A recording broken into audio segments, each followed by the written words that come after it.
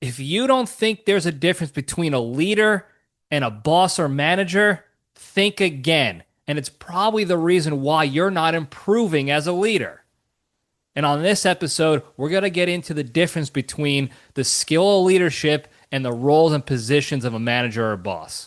Guys, if you get any value out of this video or any of the other videos on this page, don't forget to throw a subscribe out there and hit the like. And if you comment the word leadership at the end of this video, you'll get a shout out in a future episode. Love you guys. Stay strong.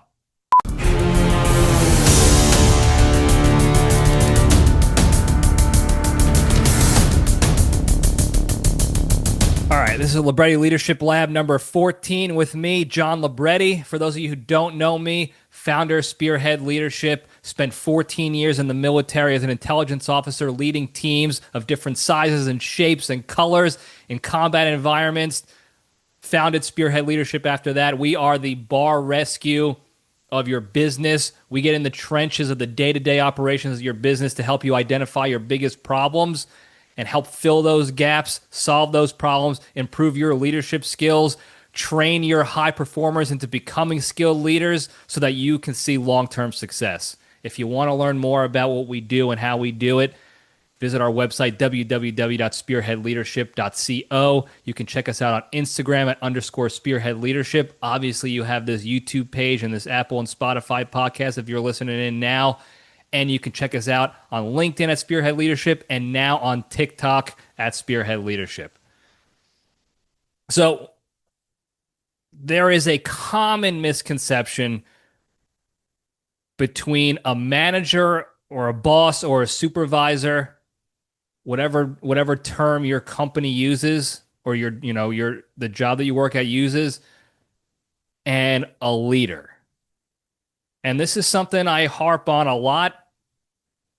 It's a constant reminder. I try to constantly remind people of this because it really is a game changer for once people realize it, on actually seeing improvement in themselves and their team when they start to actually focus on their leadership improvement, their leadership development. And it's really the big difference is that leadership is a skill. And manager, supervisor, boss, director, VP, CEO, those are all roles, duty titles, positions held. And just because you hold that position does not mean you're a good leader. And just because you don't hold those positions does not mean you're a bad leader. Because leadership is a skill. And I'll say it till I'm blue in the face. I'll put out all the short form content reminding people of this day in and day out. Leadership is a skill set. It'll help you get to those roles of manager, supervisor, CEO, whatever, if that's what you're looking for. But at the end of the day, the skill set of leadership can and should be applied to all aspects of your life, not just your job or your career or your business.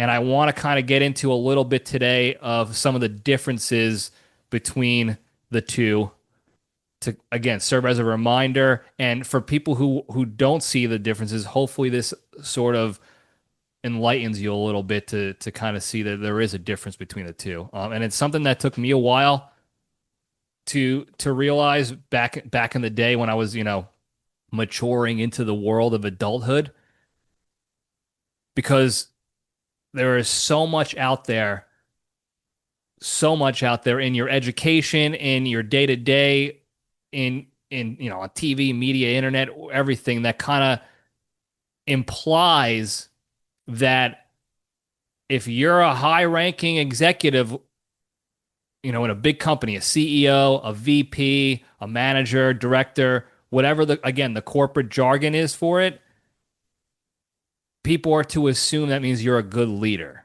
Oh, how did they got into that position? Because they must have earned it. They must be a good leader. And that's obviously not always the case. I've discussed this in the past with examples of CEOs and executives who were, I would argue, terrible leaders. We've talked about the Coldplay CEO, the guy from Astronomer who got busted cheating on his wife in front of everybody on the internet in the world. A guy who was all talk and no action, did not follow his words of morality and values and working on all that stuff. The executives from Enron, another example. High up VPs probably did very well at helping the company reach their bottom line and their profit goals in the beginning, but they were terrible leaders. They did not follow any of their values or morals or ethics. Again, a lot of talk, and then behind the scenes, they were doing, not so good stuff. So the position you hold does not immediately dictate the kind of leader you are. And that's going to be a bit of a slap in the face of some people because that requires us, and I say us because me included, I constantly have to sit and take the look inward and check my ego to assess what I'm doing, what I'm saying, how I'm acting, to see if it aligns with the values I set forth for myself and the people around me. And that's something a lot of people don't like to do. And I get it. It's human nature. When somebody says the word ego towards you, the immediate reaction is, I don't have a big ego. He must not be talking to me or about me. That's what we all think. Every time you scroll through Instagram and you're looking at a video of somebody talking about it, Jocko Willink's a great leadership example. I watch a lot of his videos, and that's a big thing for him is checking your ego, because it's in the way of your progress and success as a leader and your team success.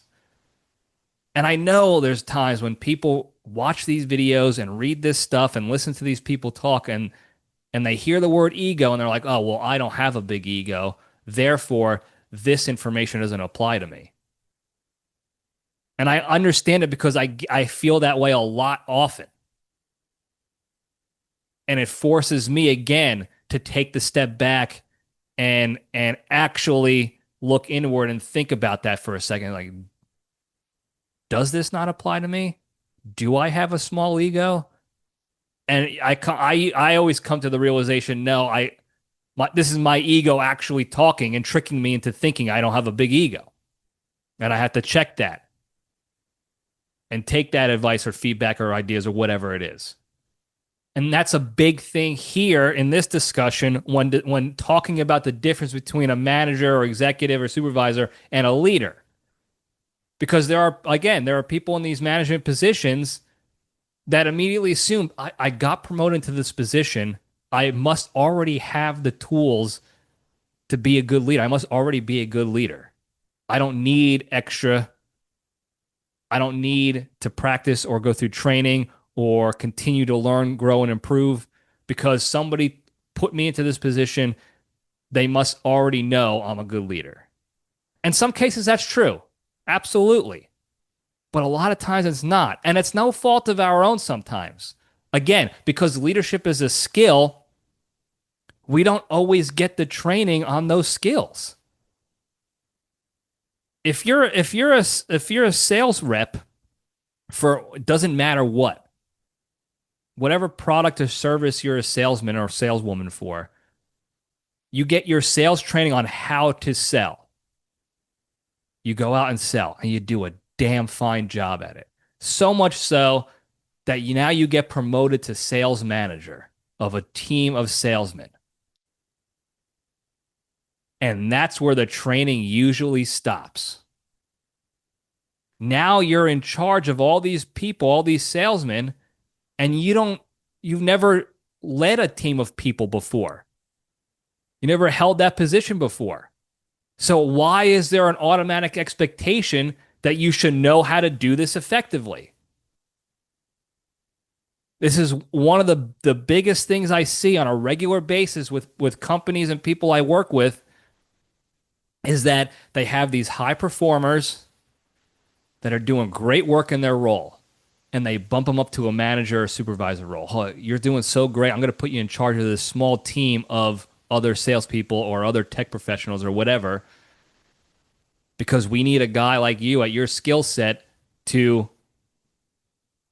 power the team forward. And then what happens? There's no training, there's no learning or development going on as a leader for that person. And then all of a sudden, what do you see? You see a dip in performance of that team. And you're scratching your head. Why? This person was such a high performer. And now all of a sudden, the team is doing worse than it was before. And it should be doing better. That's because the role of the manager and supervisor does not come with the skill set of a leader. And that's where Spearhead usually comes into place. That's sort of our bread and butter in most of the people I see. Most of the issues I see arise with people we work with is that particular issue. Is that the people in the positions of the most leadership opportunity, I would say, are not equipped with the proper effective training and resources to be successful at that position. There is an expectation as a manager to be able to lead a team of people. There's an expectation of a CEO to be able to lead a team of people. All those managerial supervisor positions that we've talked about so far, there is an expectation to know how to lead. But very rarely is there ever any quality training or development to meet that expectation or even exceed it. And it's mainly because people don't understand that there is an absolute difference between the two. Now, I kind of wrote out a list here just off the top of my head. I wrote out a list of some things to be aware of the differences of the two to kind of get the ball rolling in your head to start noticing these patterns and these facets when you go back to your job or your career or whatever. So you can start seeing the differences here. And that kind of gets the what is the term I'm thinking of? The neuroplasticity, the neurons firing in your brain to start paying attention to these nuances and differences so that you know what needs to be improved upon and what you're good at, this and that, all that good stuff. So again, the big thing is the manager or the boss, whatever title, is just that. It's a title and it's a position. Okay. And part of that position comes with certain responsibilities of that role. Most of the time it's administrative or it's expectations given down by the higher up positions. So if you become a manager of a sales team, the CEO of that company is likely going to be your supervisor or boss, and they're going to set expectations and they're going to have tangible tasks and metrics for you to follow and focus on. And that's something that is dependent and specific to each different position and role. Every role has that, even if it's a management role. And the CEO, that person also has their own administrative duties and other responsibilities besides leading the team. The role also calls for leading the team of professionals, of skilled professionals. And that's where the leadership aspect comes in. Because just like the other tasks, Randy, quiet.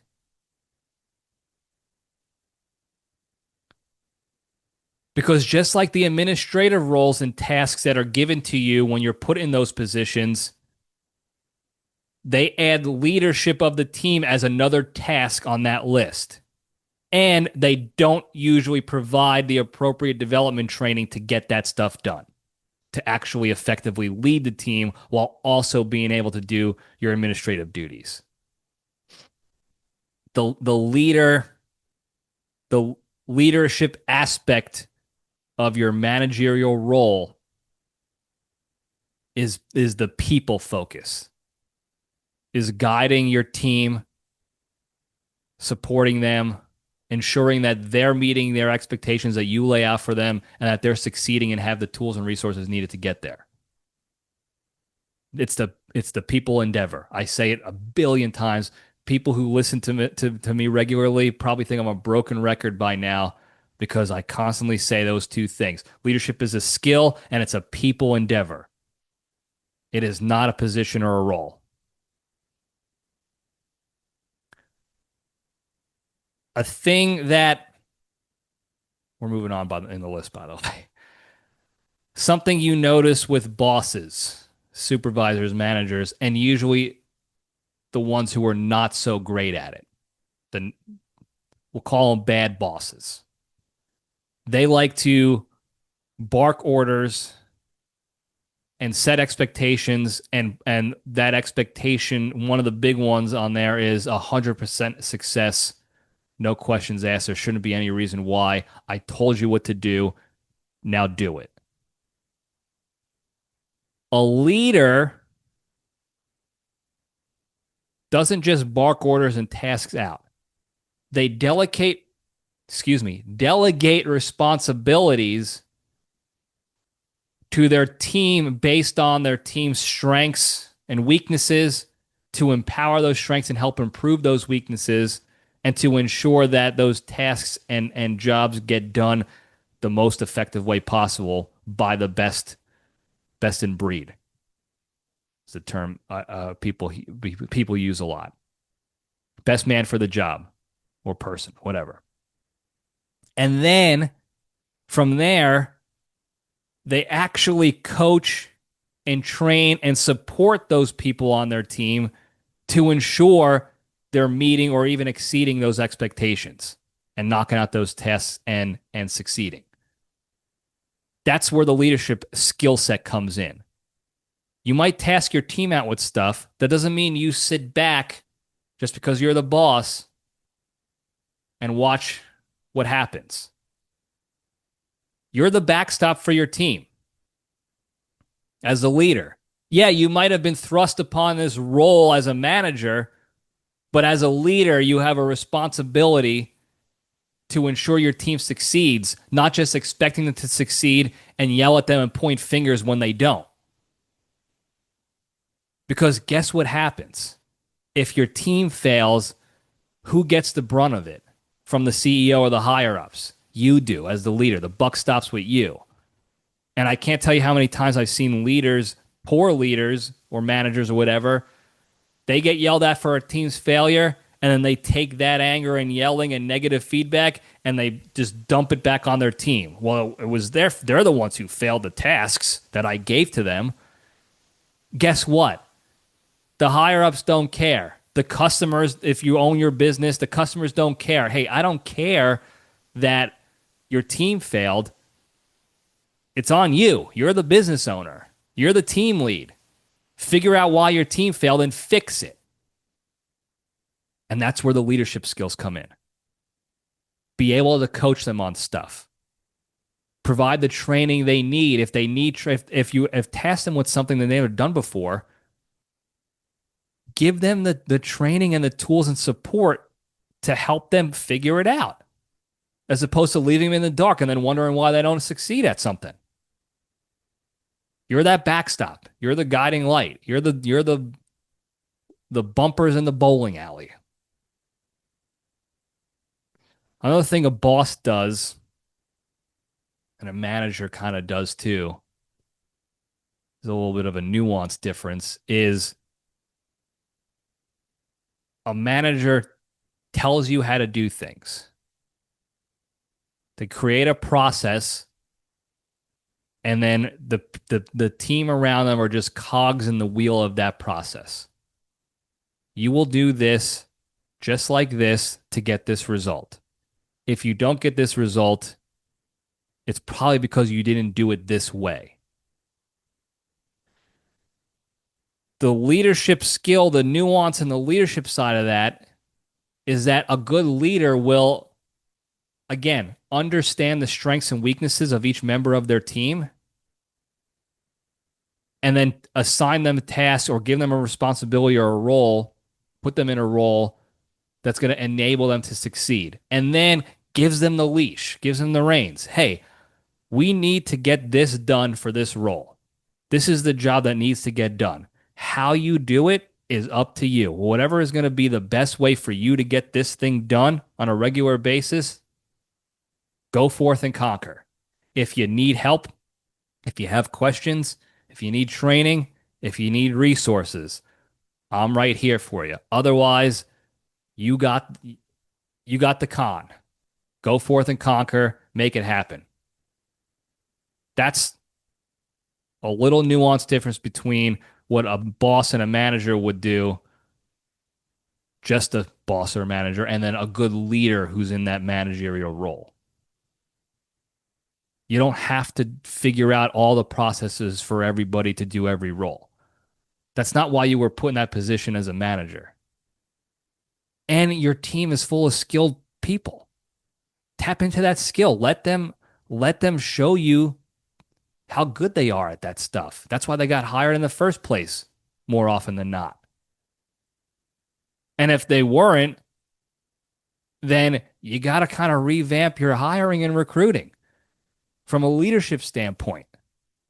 And that's a different discussion altogether. We actually talked about that previously in a different episode, but feel free to ask us if you have questions about that. Another thing that a boss and a manager do on a regular basis, the difference here is that the manager feels like they have to have all the answers, or they think they already do have all the answers, and that all the good ideas have to come from them, or they just naturally come from them. Now, there's a difference there. The managers who think they have to have all the answers or have to have all the good ideas, that's coming from a little bit of a place of probably insecurity, I would say, maybe a little imposter syndrome, or fear that their boss, or if they're the business owner, their customers, is going to come down on them because they don't, like, they have this built-in expectation of themselves. Like, oh, they put me in this role as a manager, I have to have all the answers. My team is counting on me to have all the answers and to come up with all the ideas for them to move out on. And then there's the other side of the coin of the people who's got the overinflated egos, where they think, oh, I was put into this position because I already have all the answers, and they need somebody in that position with all the answers. And I have all the best ideas. So that's why they put me in this manager role. So I just got to remind my team, I got all the answers. If you have a question, I have the answer. And if you don't like the answer, then too bad, because that's the right answer. And this is the best idea is the one that comes out of my mouth and my head. So there's the insecurity side, the nervous side, the fear side, and then there's the ego side of that coin, if you will. A good leader knows they don't have all the answers and is completely okay openly communicating that out to their team. Hey, listen, I don't know everything about everything. But if you ask me a question and I don't know the answer, I'm going to help you get to the answer. I'm going to find somebody or something that has the answer you need. And if it's somebody else on the team who has it, we're going to tap into them. They're going to get it. Because I'm a human being and I know. The one thing I do know is that I don't know everything. And they set that expectation immediately with their team. Now that fear of I have to have all the answers completely is gone. You just eliminated that. Because now your team doesn't expect that. And honestly, your team never expected it anyway. We usually build that fear up in our own heads. Sometimes that fear comes from having a bad boss in a previous job, or even a previous bad boss in your own company right now, where they created that expectation of you to know everything, and that's why you got like sort of a trauma response from it, and that's okay because we can get through that too. But once you communicate out to your team, hey, I am not sitting here thinking I know everything, because I don't. That's the only thing I do know, is that I don't know everything, but I'm going to help you get to the answers you need. And I'm going to ask you for help on things too, because I value your insights and your knowledge and experience. You'll immediately eliminate that fake expectation, that self-imposed expectation. And then you also know, this is a big one too. This is where the ego comes in. You also know when to pull back and shut up. Let your team come up with the ideas. Let your team's skills and their value that they bring to the table bring ideas to the table for you, or feedback, or whatever it is. A good leader understands that.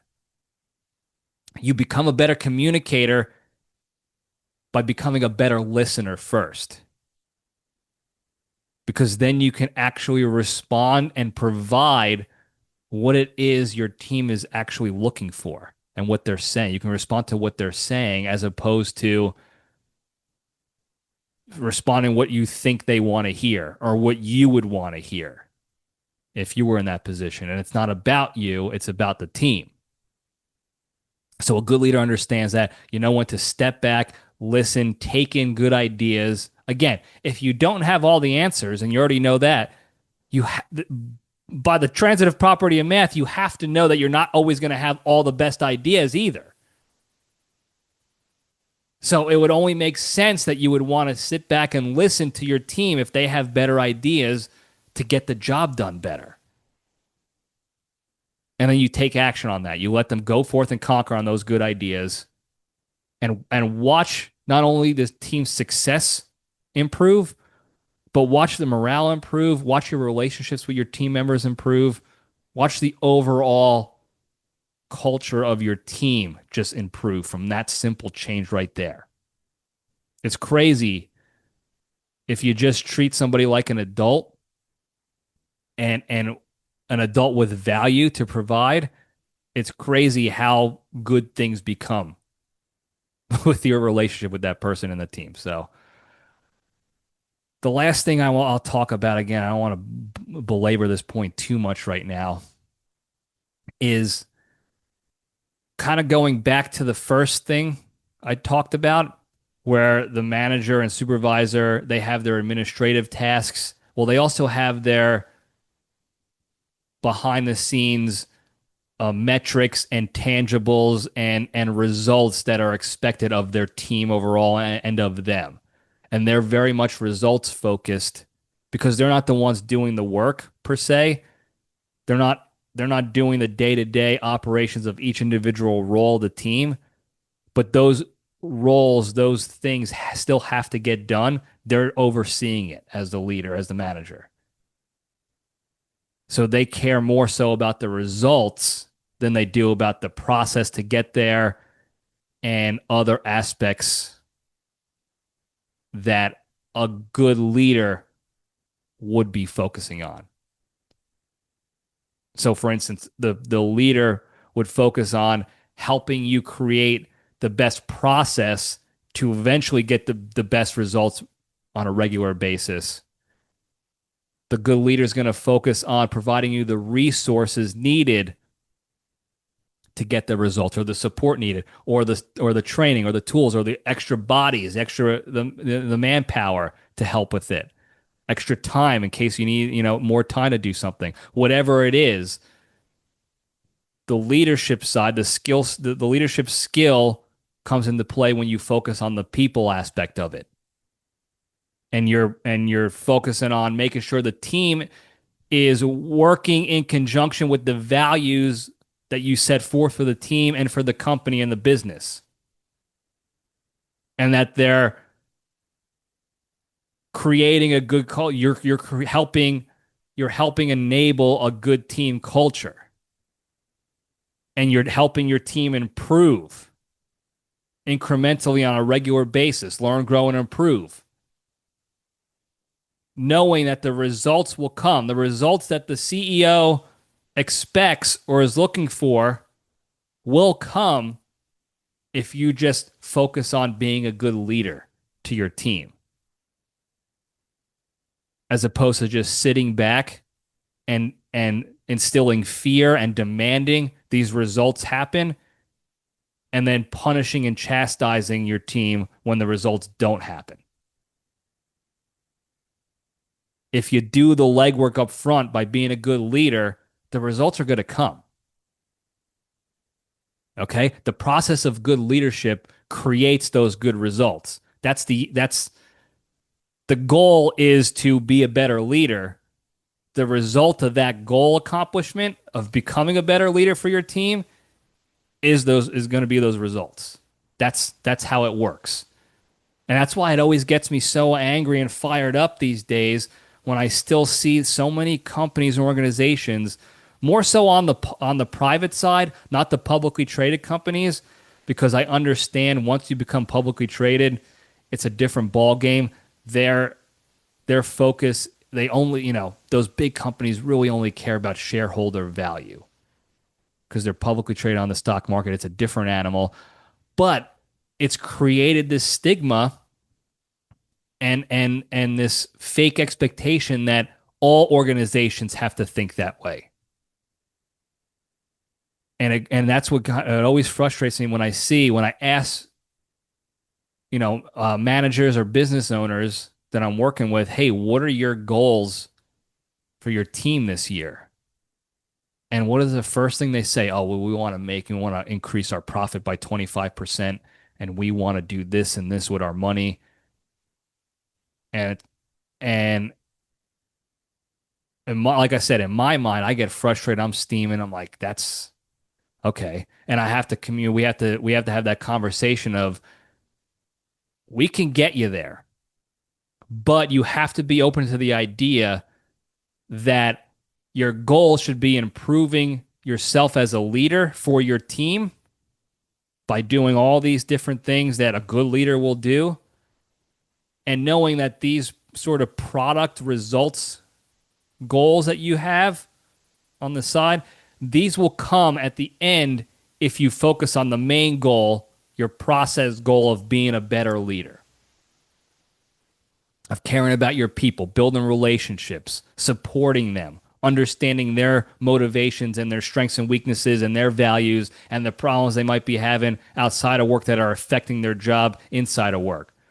All these different facets of leadership and traits and skills, you focus on improving those on a regular basis, the results will come. And that's a big difference between managers and bosses, supervisors, whatever, and good leaders, is that a good leader focuses on the people, knowing that the metrics and the tangibles and the numbies that the higher ups care about, those will come. They'll get their numbers. They'll get their profits. Let me focus on the people and creating better team members and a better team overall. And that's all I got to say about that today, folks. Like I said, I don't want to blab on for too long about this because this is sort of just like an intro into that, and we can dive deeper into each of those specific sort of aspects I touched on today. So feel free, if you want to learn more about a specific aspect, like how can I actually focus on coaching, training, supporting my team, or whatever we discuss, put it in the comments. Or if you don't want to publicly put yourself on, in the comments section for everybody to see, find us on Instagram at _Spearhead Leadership. Find us on LinkedIn. You can reach out to me directly on LinkedIn at John Libretti or on the Spearhead Leadership LinkedIn page. You can find me through the website. There's a form you can fill out that'll take it to my email, and you can contact me there. My phone number is blasted all over the place, all over the internet, so shouldn't be hard to find when you go to the website. or even on the Instagram or LinkedIn. It's all there. You can just DM me behind the scenes and say, hey, I'd like to learn more about this thing in particular, or I'm having an issue with my team. They're not doing X, Y, and Z, and I need them to do X, Y, Z. I need help with that. Let me know. Or I got these high performers that I want to promote to managers, and I'm worried that there's going to be a performance gap when they become a manager, and I can't afford that performance gap. I need the team to keep functioning at the very least at the base level it is currently, and then go up from there. Whatever it is, reach out to us. And again, if you don't feel comfortable putting it in the comments, DM me directly behind the scenes and we'll help you. Before we go, I always like to do this if you're new here. Talk about the big three. It's part of my personal core values. It's part of Spearhead Leadership's and this podcast core values. And it's something that I truly believe in. If you focus on these three things a little bit each and every day, it'll absolutely help you as well. I call them the big three. It's the three pillars to staying strong and being a better, happier, kinder, healthier, less stressed, more genuine human being, and a better leader overall in life. Number one, exercise every day. Do one thing every day to improve your fitness, health, and wellness, either physically, mentally, or emotionally. So it doesn't have to be a physical workout every single day, but something to work yourself out. Expand your comfort zone a little bit. Go for a run. Go exercise in the gym. Do jumping jacks in between commercial breaks while you're watching TV or push-ups or whatever. Or break the mental sweat. Expand your comfort zone on the mental side. Learn a new language. Do a crossword puzzle. Do the puzzles on LinkedIn. They always have those zippy puzzles and Sudokus and stuff like that to work the brain. And then on the emotional side, the spiritual side, prayer, meditation, breath work, however it is you work out your emotional and spiritual side. Do one thing every day to focus on that fitness and health and wellness improvement. Number two is the hardest one to do, and that's not to be a crappy, shitty, negative person. It's to be a kind person. And it's so hard to do because we are flooded with negativity and chaos and crap in our lives on every social media site, on our phones, on our laptops. Every news organization is putting out negativity and chaos and stirring the pot constantly. Plus, our brains are naturally wired to be looking for the negative as a survival instinct to protect ourselves from it. So we're already always looking for the negative and the danger, if you will, so that we can put up our defenses against it and get back into our safe zones. But we can't live like that all the time. You can't live in your fight or flight all the time. It's not how we were built as human beings. So when the opportunity arises to be negative, if somebody posts something really shitty or negative online, and you want to fire back like you're a piece of garbage, or somebody calls you out, or somebody is just a bad person and you think they actually deserve this level of treatment, whatever it is,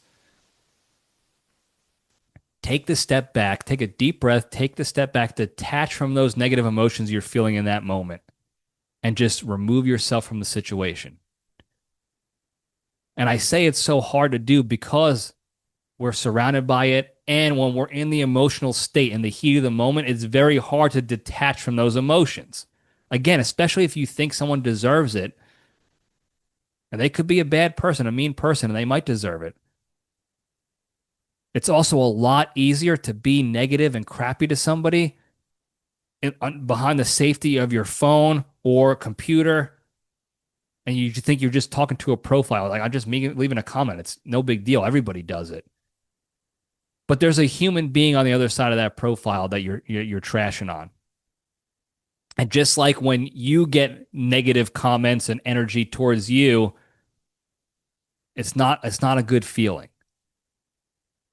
So any chance you get to minimize that in the world and in your bubble as well, take that opportunity. Remove yourself from those situations. Put your phone down, close your laptop, walk away, and that'll allow you, A, it'll minimize the negativity going on in your world and the world around you.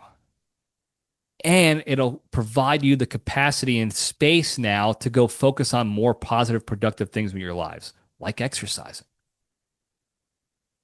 And to also help with this, number three, the most important one, be genuinely thankful and grateful for all the good you have in your lives. Now, this is difficult to do, and there's no expectation to sit there and constantly be grateful for everything all the time.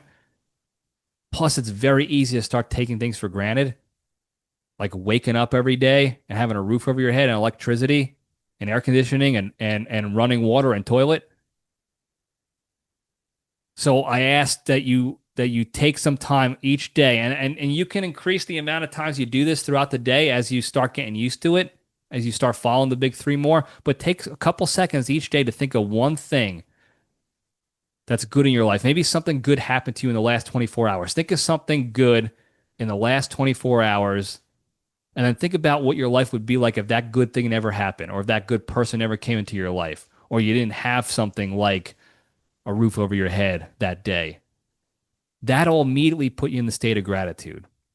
And when you're in that state of gratitude and you're not taking things for granted, it's going to be a lot easier to follow number two of the big three, which will give you the capacity to follow number one of the big three, which is exercising every day. And if you do these three things a little bit each and every day, repetition, repetition, repetition, I promise you, you'll look back on yourself even 3 months from now, 6 months, a year from now. Do it a little bit each and every day. I promise you, you'll be a better, happier, kinder, healthier, less stressed, more genuine human being, and a better leader overall in life. Guys, thank you again for tuning in. Don't forget, please like and subscribe to this show if you got any value out of it, and tell your friends and enemies all about it, and leave the comments and feedback. I can't do a better job for you if you don't tell me where I need to do a better job for you. We live off of your feedback. This show is for you to learn, grow, and improve as a leader. So if you think I'm missing the mark anywhere, put it in the comments or DM me. If you have a topic you want to hear more about, comments or DM me. If you have a question or advice or anything like that at all, put it in the comments, please. We value that feedback. We live for that feedback. And again, if you put the comment leadership at the bottom of this video at the end, you'll get a shout out on a future episode and maybe even a guest spot depending on how things go. So thank you all again. Libretti.